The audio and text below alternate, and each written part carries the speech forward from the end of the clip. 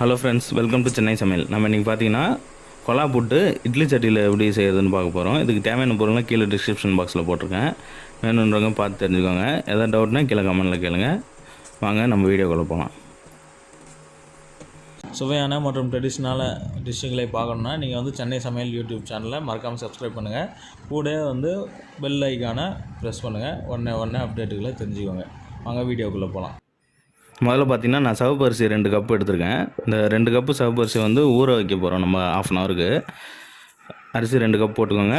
தண்ணி அது முங்குற அளவுக்கு தண்ணி ஊற்றி ஊற வச்சுக்கோங்க. 1/2 அன் ஹவர் நல்லா ஊறட்டும். ஊறினதுக்கப்புறமா கழுவி இந்த தண்ணியை வடிகட்டிடலாம். நம்ம ஒரு துணி விரித்து அதில் ஊற்றிட்டு 2 தண்ணி அலசிருக்கேன் நான் ஊற வச்சதுக்கப்புறமா.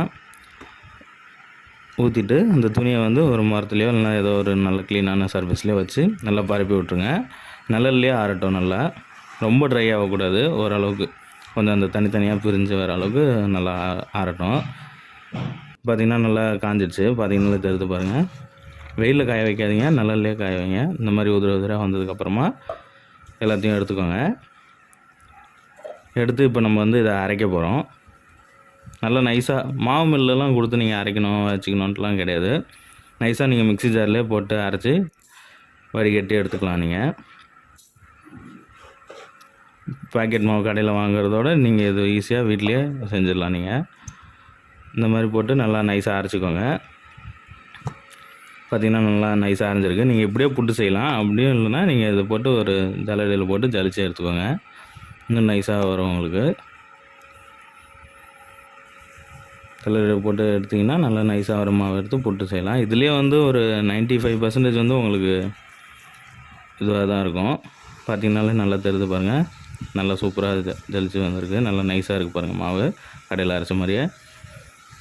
இதை எடுத்துக்கோங்க. இப்போ நம்ம இட்லி சட்டியில் போட்டு இந்த மாவை சும்மா லைட்டாக வேக வைக்க போகிறோம் ஒரு 10 நிமிஷத்துக்கு. அதுக்கப்புறமா தான் மற்ற ப்ராசஸ்லாம் இருக்குது. இட்லி சட்டியில் தேவையான அளவுக்கு தண்ணி வச்சுட்டு மேலே டாப்பில் இந்த தட்டு வச்சுட்டு அதுக்கு மேலே இந்த மாவு எல்லாத்தையும் போட்டுருங்க.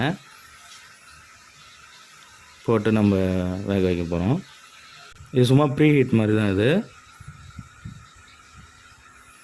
இந்த ப்ராசஸ் முடிஞ்சதுக்கப்புறமா நீங்கள் உங்களுக்கு எப்போ வேணாலும் நீங்கள் கொஞ்சம் நேரம் கழித்து கூட வேக வச்சுக்கலாம். போட்டு மூடி வச்சுருங்க. மூடி வச்சுட்டு ஒரு 10 நிமிஷம் மீடியம் ஃப்ளேமில் 10 நிமிஷம் வேக வைக்க போகிறோம் மாவை. பார்த்திங்கன்னா ஆவி வந்துடுச்சு பாருங்கள். இப்போ அடுப்பு ஆஃப் பண்ணிட்டு எடுத்துடலாம். இந்த மாவு எல்லாத்தையும் எடுத்துடணும். இந்த இட்லி சட்டி அந்த துணியோடு அப்படியே இருக்கட்டும். அது எடுக்க தேவையில்ல. ஏன்னா இன்னொரு வாட்டி நம்ம வேக வைக்க போகிறோம். அப்போ தான் நம்மளுக்கு டேஸ்ட்டு நல்லா கிடைக்கும்.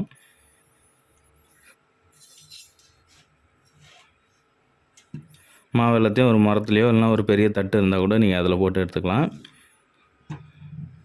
கிண்ணத்தில் எடுக்க வேணாம்.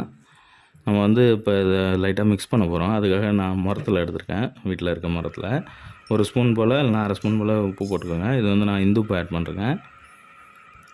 போட்டு கொஞ்சம் தேவையான அளவு தண்ணி ஊற்றி நல்லா மிக்ஸ் பண்ணிக்கோங்க. உப்பு நல்லா கரையட்டும்.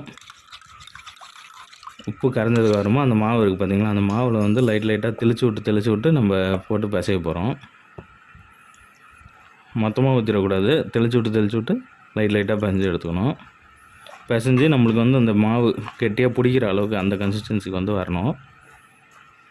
அந்த அளவுக்கு நீங்கள் பிசையணும். பார்த்திங்கன்னா நல்லா பிசைஞ்சு இதை பார்த்திங்கன்னா அழுத்தினா இந்த மாதிரி பிடிக்கணும். இந்த மாதிரி வரணும். உதிராக உடனே உடஞ்சி விழுந்துடக்கூடாது. பிடிச்சி இது மாதிரி அதுக்கப்புறமா மறுபடியும் அந்த இட்லி சட்டிலே போட்டு வேக வைக்க போகிறோம் ஒரு 10 நிமிஷம். அந்த வேகிற கேப்பில் நம்ம தேங்காய் இது பண்ண போகிறோம். நெய் ஊற்றிக்கிட்டு ஒரு 2 ஸ்பூன் நெய் காஞ்சதுக்கப்புறமா தேங்காய் துருவல் வச்சுருக்கேன். ஒரு அரை முடி தேங்காய் அது போட்டு லைட்டாக ஃப்ரை பண்ணிக்கோங்க. இது டேஸ்ட்டுக்கும் நல்ல வாசனைக்கும் முக்கியமாக டேஸ்ட் சூப்பராக இருக்கும். இந்த நெய் தேங்காயும் போட்டு நீங்கள் சாப்பிட்டீங்கன்னா வெறும் தேங்காய் பூ திருப்பி போட்டு கூட நீங்கள் சாப்பிட்லாம். இருந்தாலும் இந்த மாதிரி போட்டு சாப்பிட்டு பாருங்கள், சூப்பராக இருக்கும். போட்டு தேங்காய் லைட்டாக கலர் சேஞ்ச் ஆனோன்னே அடுப்பு ஆஃப் பண்ணி வச்சுருங்க. இப்போ ஒரு கிண்ணத்தில் நான் ஒரு அரை கப்பு சீனி எடுத்து வச்சுருக்கேன். இந்த புட்டு மாவு ரெடி ஆகிடுச்சு. இது எடுத்து அந்த சீனி இருக்குது பாருங்கள், புட்டு மாவு போட்டு அது மேலே சீனி போடாதீங்க. சீனியை போட்டுட்டு அது மேலே மாவு போட்டிங்கன்னா வச்சுக்கோங்களேன், உங்களுக்கு அந்த சீனி ஹீட்டில் மெல்ட் ஆகி சூப்பராக அந்த புட்டோட பைண்ட் ஆகி உங்களுக்கு டேஸ்ட் சூப்பராக இருக்கும். இந்த கிண்ணத்தில் எல்லாத்தையும் எடுத்து போட்டுருங்க. இந்த ஹீட்டோடு எடுத்து போடணும். அப்போ தான் இந்த சுகர் மெல்ட் ஆகி உங்களுக்கு அது கூட நல்லா பைண்ட் ஆகும். நீங்கள் அப்படியே போட்டு கலக்கிறதோட இது சூப்பராக இருக்கும். அப்புறமா நம்ம வறுத்து வச்ச தேங்காய் வந்து அது மேலே போட்டு மிக்ஸ் பண்ணி சாப்பிடுங்க. சூப்பராக இருக்கும். குழந்தைங்கள்லாம் விரும்பி சாப்பிடுவாங்க. கடையில் நீங்கள் புட்டு மாவு பாக்கெட்டோ இல்லை வெளியே புட்டு வாங்கி சாப்பிட்றதோட இது நீங்கள் வீட்டிலேயே ஈஸியாக செய்யலாம்.